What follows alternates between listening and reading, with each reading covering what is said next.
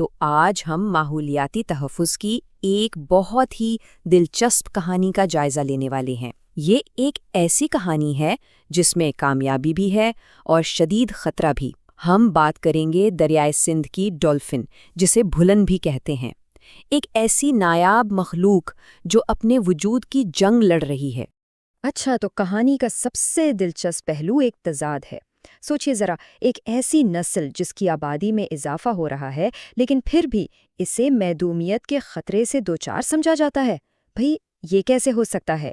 یہی وہ سوال ہے جس کا جواب ہم آج کی اس گفتگو میں تلاش کرنے کی کوشش کریں گے۔ اچھا، ذرا ان اعداد و شمار پر نظر ڈالیں۔ دریائے سندھ میں گڈو اور سکھر بیراج کے بیچ کا جو علاقہ ہے نا، وہاں کی ڈولفنز کی آبادی ایک حیران کن کہانی بتا رہی ہے۔ دیکھیں، 1974 میں یہاں صرف 138 ڈولفنز تھیں اور 2019 تک یہ تعداد بڑھ کر 1419 ہو گئی۔ مطلب یہ تو ایک زبردست اضافہ ہے نا؟ لیکن کہانی اتنی سیدھی نہیں ہے۔ آبادی میں اس زبردست اضافے کے باوجود IUCN یعنی جو تحفظ فطرت کا عالمی ادارہ ہے، وہ اپنی ریڈ لسٹ میں اس ڈولفن کو اب بھی انڈینجرڈ کہتا ہے، یعنی شدید خطرے سے دوچار۔ تو یہیں سے وہ تضاد پیدا ہوتا ہے جو ہمیں گہرائی میں سوچنے پر مجبور کر دیتا ہے۔ تو چلیے ملواتے ہیں آپ کو ہماری کہانی کے مرکزی کردار سے۔ یہ ہے دریائے سندھ کی ڈولفن، جسے پیار سے مقامی لوگ بھولن بھی کہتے ہیں۔ یہ دنیا کی نایاب ترین میٹھی پانی کی ڈولفنز میں سے ایک ہے۔ اس کی نظر بہت کمزور ہوتی ہے، تو یہ گدلے پانی میں راستہ ڈھونڈنے اور شکار کرنے کے لیے اپنی آواز کی لہروں یعنی ایکو لوکیشن کا استعمال کرتی ہے۔ لیکن ستم ظریفی یہ ہے کہ آج اس کا اپنا گھر ہی شدید خطرے میں ہے۔ تو اس تضاد کو سمجھنے کے لیے ہمیں تھوڑا ماضی میں جانا ہوگا اور اس تاریخی پس منظر کو دیکھنا ہوگا جس نے بھیلن کو محدومی کے دہانے پر لا کھڑا کیا۔ یہ جو نقشہ ہم دیکھ رہے ہیں، یہ بھولن کی آج کی حقیقت دکھاتا ہے۔ سوچئے، ایک وقت تھا جب یہ ڈولفنز دریائے سندھ کے پورے 3500 کلومیٹر لمبے نظام میں آزاد گھومتی تھیں، لیکن آج ان کا گھر چھوٹے چھوٹے بکھرے ہوئے ٹکڑوں میں بٹ چکا ہے۔ 80%، وہ بھی منفی میں۔ یہ صرف ایک عدد نہیں ہے، یہ اس تباہ کن کمی کی کہانی ہے جو اس نسل کے گھر کے ساتھ ہوئی ہے۔ سمجھیں کہ ان کا گھر ان سے چھن گیا ہے اور اب وہ دریا کے بس کچھ حصوں تک ہی محدود ہو کر رہ گئی ہیں۔ تو اس 80% کمی کا مطلب کیا ہے؟ اس کا مطلب یہ ہے کہ بھولن کا وہ تاریخی گھر جو کبھی 3500 کلومیٹر پر پھیلا تھا، آج سکڑ کر صرف 690 کلومیٹر کے ایک چھوٹے سے حصے تک رہ گیا ہے۔ اور اس کی سب سے بڑی وجہ وہ ہیں انسانی تعمیرات۔ اور ان تعمیرات میں سب سے اہم ہے بیراج۔ یہ اصل میں بڑے بڑے گیٹ والے ڈیم ہوتے ہیں جو دریا کا پانی زراعت کے لیے نہروں میں موڑتے ہیں۔ لیکن ان ڈولفنز کے لیے یہ بیراج ایسی دیواریں ہیں جنہیں وہ پار نہیں کر سکتیں، اور انہی بیراجوں نے دریا کو ٹکڑوں میں کاٹ دیا ہے، جس سے ڈولفن کی آبادیاں ایک دوسرے سے ہمیشہ کے لیے جدا ہو گئی ہیں۔ اور یہ بیراج تو صرف کہانی کی شروعات تھے۔ اب ذرا ان خطرات پر نظر ڈالتے ہیں جو آج بھی ان ڈولفنز کو اس انسانی ڈیزائن کے جال میں پھنسائے ہوئے ہیں۔ بھولن کو اپنی بقا کی جنگ کئی محاذوں پر لڑنی پڑ رہی ہے۔ ایک طرف زراعت کے لیے پانی کا بے تحاشا استعمال ہے جس سے دریا سوکھ رہا ہے، دوسری طرف آبپاشی کی نہروں میں بھٹک جانے کا خطرہ، پھر مچھلی کے جالوں میں حادثاتی طور پر پھنسنا، اور اوپر سے صنعتی اور زرعی آلودگی کا مسئلہ الگ ہے۔ لیکن ان سب میں سب سے بڑا خطرہ ہے زراعت کے لیے پانی کا رخ موڑنا، خاص طور پر خشک موسم میں۔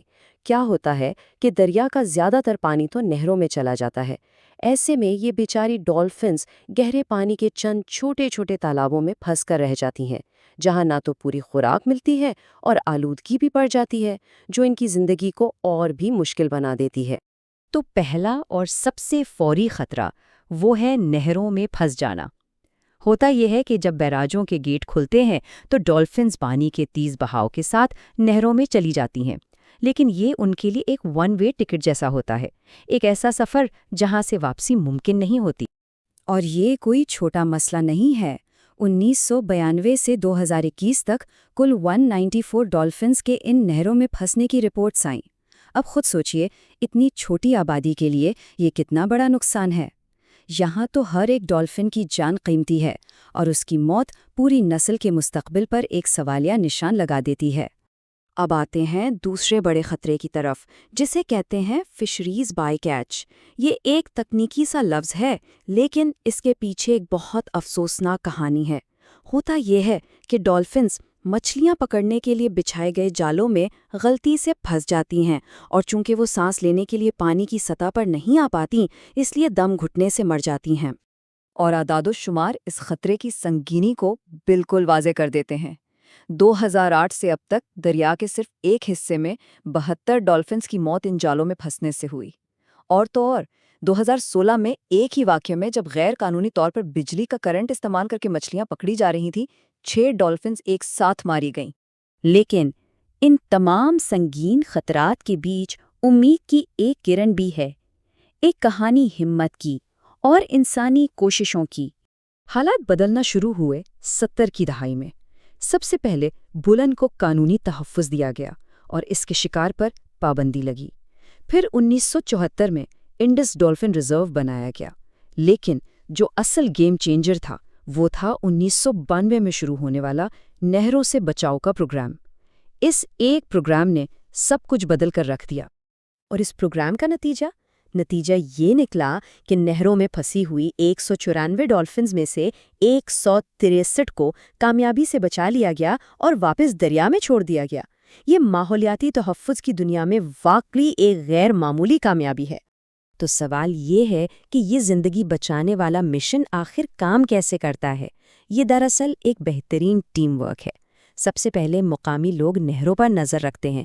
جیسے ہی انہیں کوئی پھنسی ہوئی ڈالفن نظر آتی ہے، وہ فوراً اطلاع دیتے ہیں۔